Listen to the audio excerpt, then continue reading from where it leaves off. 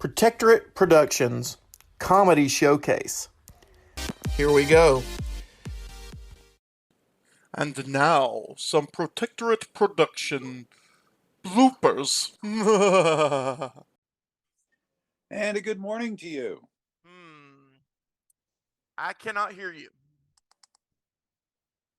Well, I'm not I don't muted. know whether it's me or... Hold on. How about now? What?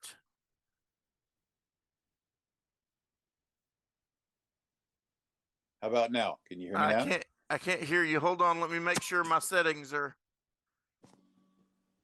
That's while I'm recording. Oh, great.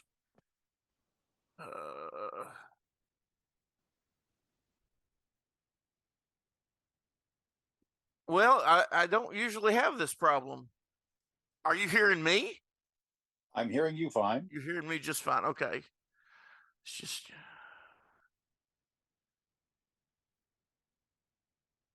Oh, don't let it be my voice meter. Let me stop the recording here.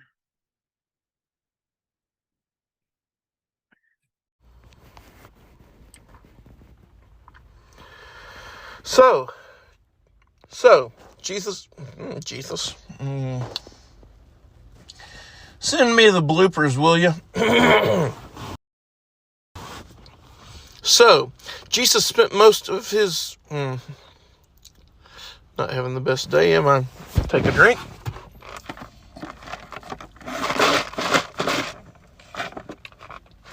I went to the Circle K, but I didn't see Bill and Ted. Okay.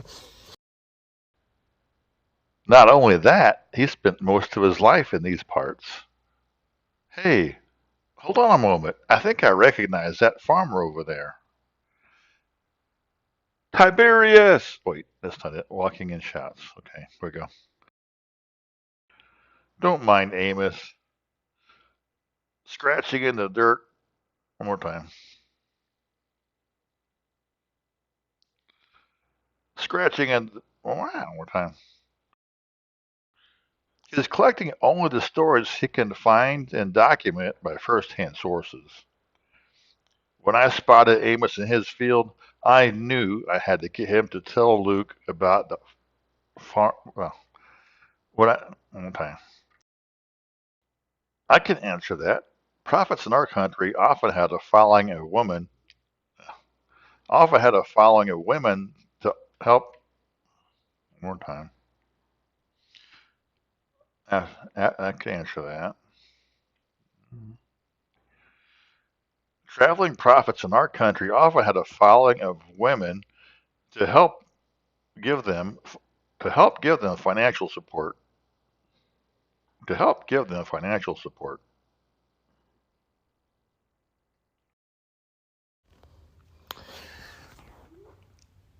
Christian Podcast Community.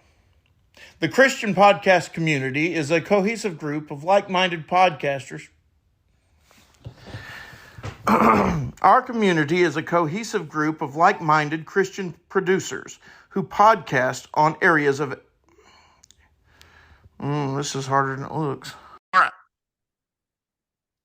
Recording in progress. Whoa, she never had a male voice before. That's creepy. Okay. Let's see.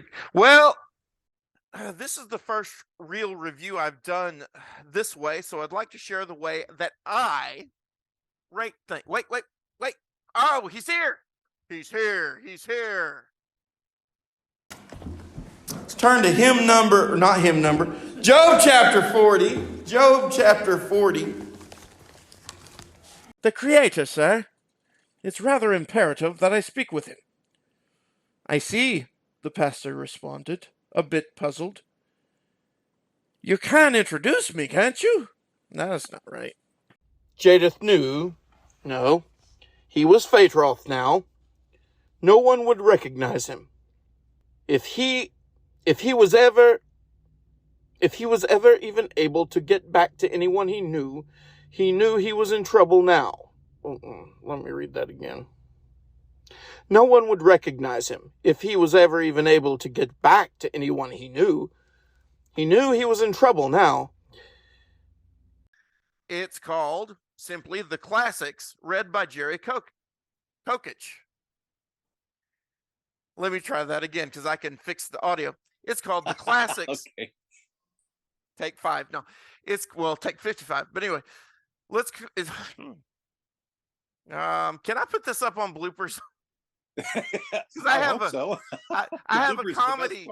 I have a comedy podcast I use my bloopers for.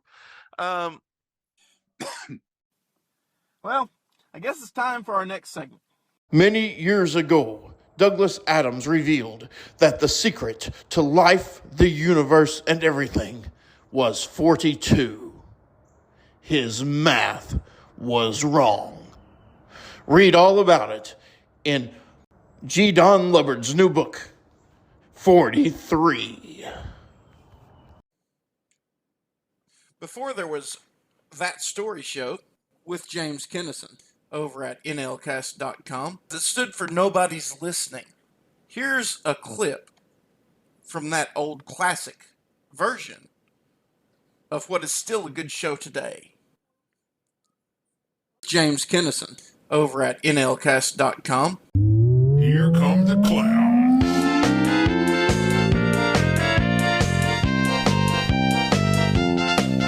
It's JoJo! It's JoJo! JoJo the Christian! JoJo the Christian! JoJo the Christian clown! Yeah! Alright, it's time for our email. Today's email comes to us from a guy named David Dodbout. That's a weird name. Anyway, he writes, what is your opinion of rodeo clowns? Is this the line of clowning something that you have ever considered? And do you feel that Jesus would have possibly been a rodeo clown if he was born in the Southwest Territory of the United States in the 20th century instead of in Bethlehem in the 1st century, which I guess would have been considered 19th century BC if he was actually born in 20th century AD? Just curious, David Dodbout. P.S. Is there a Mrs. JoJo? Is there a Mrs. JoJo? That question has plagued me for quite a few years now. The Christian clowning ministry is a full-time position, and it is completely fulfilling in every way. Don't get me wrong, but there are those nights. After the last street performance, after the last balloon has been tied, after my sister's German Shepherd, who shares the garage with me, finally stops barking at my grease-painted face and beds down for the night. On those nights, a stranger slips in beneath the crack in the garage door, and it is no longer just Sparky, Killer, and I, for a dark spirit has entered. The demon of loneliness has come to torture my poor clown heart. I pray against this unseen evil. I ask God to take my desire for companionship away. Who could understand my undying, unyielding, unexplainable, ununderstandable predisposition to the art of faire le clown chrétien? Besides, well, who could understand besides Clementine, who I once believed to be my one and only, my Christus Fosser? I met Clementine at my church. It was my first visit and apparently hers as well, because we were both at a social gathering held in the lobby for those who had never been to the church before. The moment I laid eyes on her, I knew I had to meet this fabulous woman. I can't say it was her looks, though they were more than satisfactory. It was a large sunflower corsage pinned to the front of her bright pink polka-dotted dress that told me what I needed to know. This was quite possibly a fellow clown. It took me a moment to get up the nerve to go speak to her. I had to create a reason. I grabbed one half of a bagel that was on a nearby tray and hurled it high above the group so it landed near her feet just behind her. Trouble set in as I quickly forced my way through the crowd to retrieve my lost bagel. A bright, handsome young man in a suit had already gotten to her. He bent over and picked up the bagel and was offering it to the woman I would soon know as Clementine. I finally made it through the family of four that was blocking my way, and I was suddenly face to face with this stunning woman. I nudged a shoulder in front of my competition and inquired, "Excuse me, ma'am, is this man bothering you? Would you like me to have a word with him?" She seemed embarrassed for a moment. She looked down at the ground. I wondered if I had come on too strong, or if the blush on her face was just my overwhelming manliness. Then the young man spoke up from behind me. "Hello, my name is Pastor Mark." "I don't care who you are, Bachelor Mark. I believe the lady would like to be..."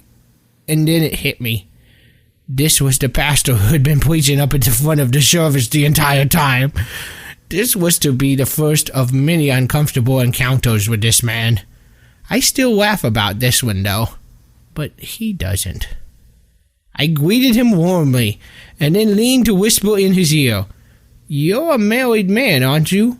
Why are you over here talking to this single lady?" I think he got the message because he looked at me very strangely and said goodbye to the woman who would soon become my soulmate and made a quick exit, presumably to throw away the bagel he was still holding. Now we were alone, eye to eye. I had to speak. I didn't want to seem like I was staring at the flower pinned to her chest, so I looked up at the ceiling. "Nice ceiling," I said. I must admit, I wasn't as smooth as I would have liked to have been back then. I wasn't in tune with the Holy Spirit like I am now.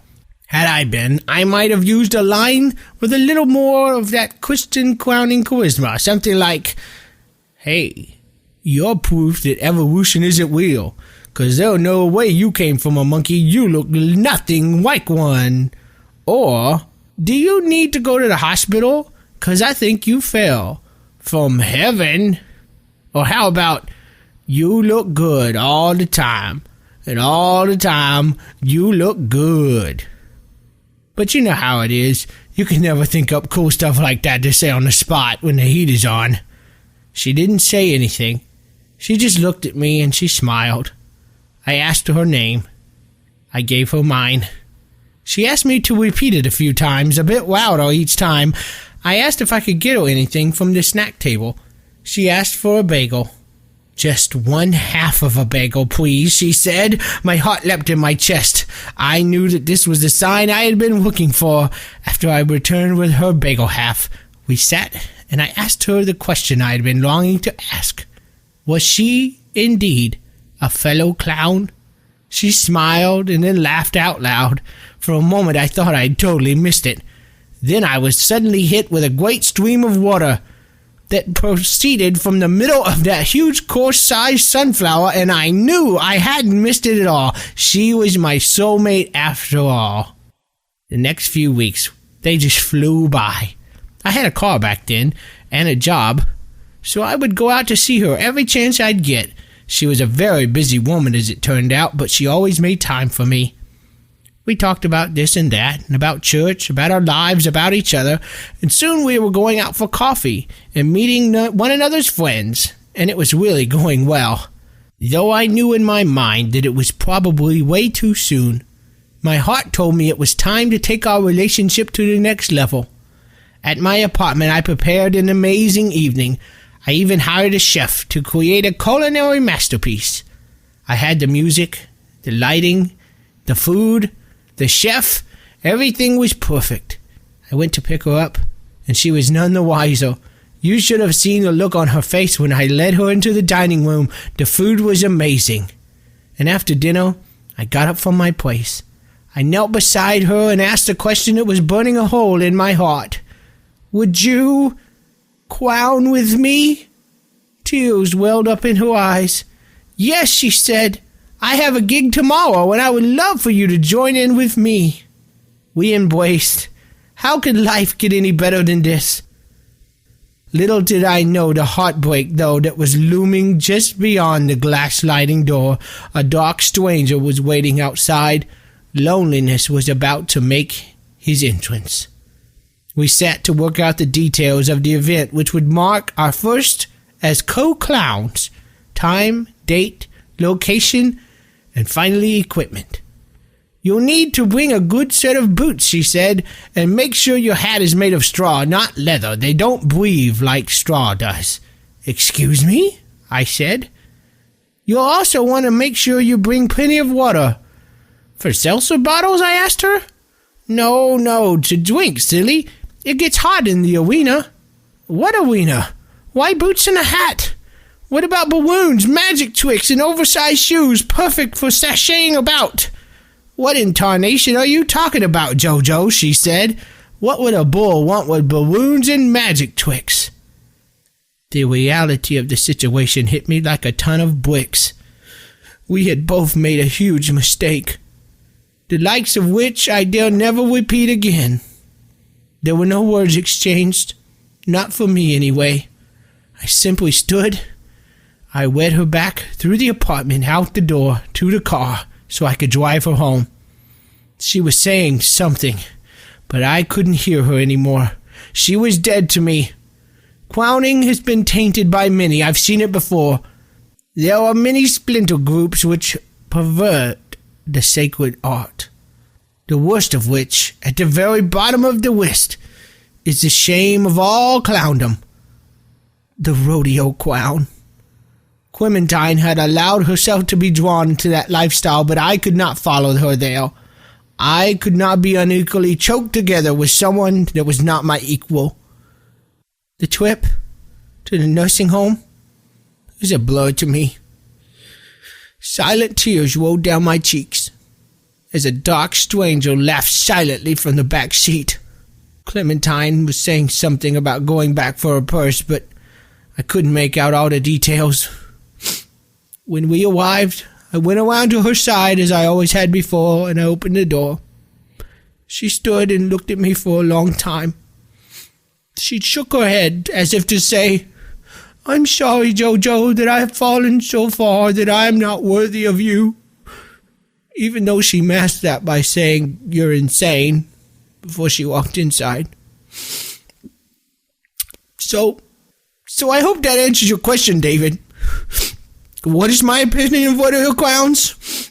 I don't really care for them, to be honest. Thanks for asking. Thanks for picking through the great scar that is my heart and exposing the damage inside. Okay, I know I may seem like a shining tower of spiritual enlightenment and truth, someone who could withstand such an onslaught, but inside, I'm almost just as pitiful as the rest of you. I covet your prayers in this matter. The dark stranger visits me more and more often these days, and he and my ventriloquist dummies are making plans. I know it. And here's this week's Old Time Radio moment, brought to you by the Retro Radio Podcast and Keith Heltsley. And now, ladies and gentlemen, as we have a long play tonight, without further ado... Say, Jack, Yeah? I was just looking over this bank book. Are you sure there's 8 weeks' salary here? Yes, there is. Well, one deposit is 15 cents short. All right, so I had an ice cream soda. It doesn't hurt you to treat your business manager once in a while. Here's your 15 cents. Well, that's all right. I just thought I'd mention No, it. no, here's your 15 cents. Take it. No, Jack, you keep it. Nothing doing, Phil. Here, take it. Don't be silly. Keep it. Jack's gonna win, folks. Stay out of this, Mary. You've caused enough trouble for one night. Oh, Jack, look at Kenny over there. I wonder what's the matter with him. Where? Oh, hello, Kenny. Hello, Jack. What's wrong? Oh, nothing. Well, don't stand there like a pallbearer. What's the matter with you? Well, last Thursday night they gave out the Academy Award for the Best Movie Actor, and I didn't get it. Now, there's a shock. Who did get the award, Kenny? Oh, some guy named Tracy. Tracy? Well, that's Spencer Tracy, and he deserves it. You've only been in pictures a short time, Kenny. What do you expect? Well, I've been in pictures for years. I didn't win the award. You couldn't win it if it was on a punch board. I'm not talking to you. Anyway, Kenny, don't worry about it. Your time will come. it better. You know, I'm the one who should really be upset about the award. See, I just missed it by a hair. Gosh, I missed it by a hair last year, too. You'll have to miss it by something else pretty soon.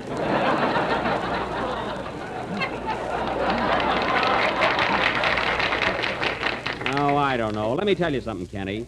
You have to have a great dramatic part to be eligible for such a high honor. Well, what about that great scene I had in the Goldwyn Follies? The Goldwyn Follies. Yes, you know. That big scene in the lunch wagon where I was eating all those hamburgers. Kenny, you can't get an Academy Award for eating hamburgers. You can't? No. Well, this is a fine country.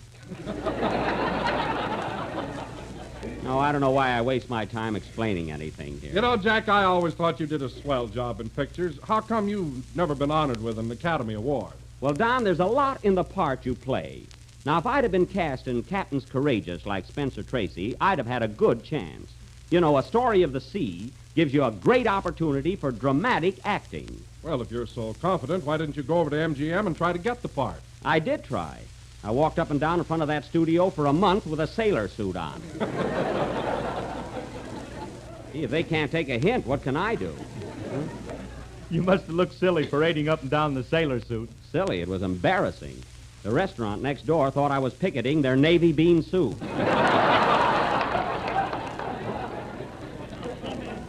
Oh, well, all we can do is try. We must never be discouraged. And now, folks, we... Come in. Mr. Benny? Yes? I want to take this opportunity of congratulating you on winning the Academy Award. Thank you very much, but I didn't win. Gee, you ought to get a new jockey. Goodbye. That guy. If he comes in here once more, I'll put sneeze powder in his bubble gum. Whatever that'll do. Have a good day, and remember, laughter, it's a really good medicine.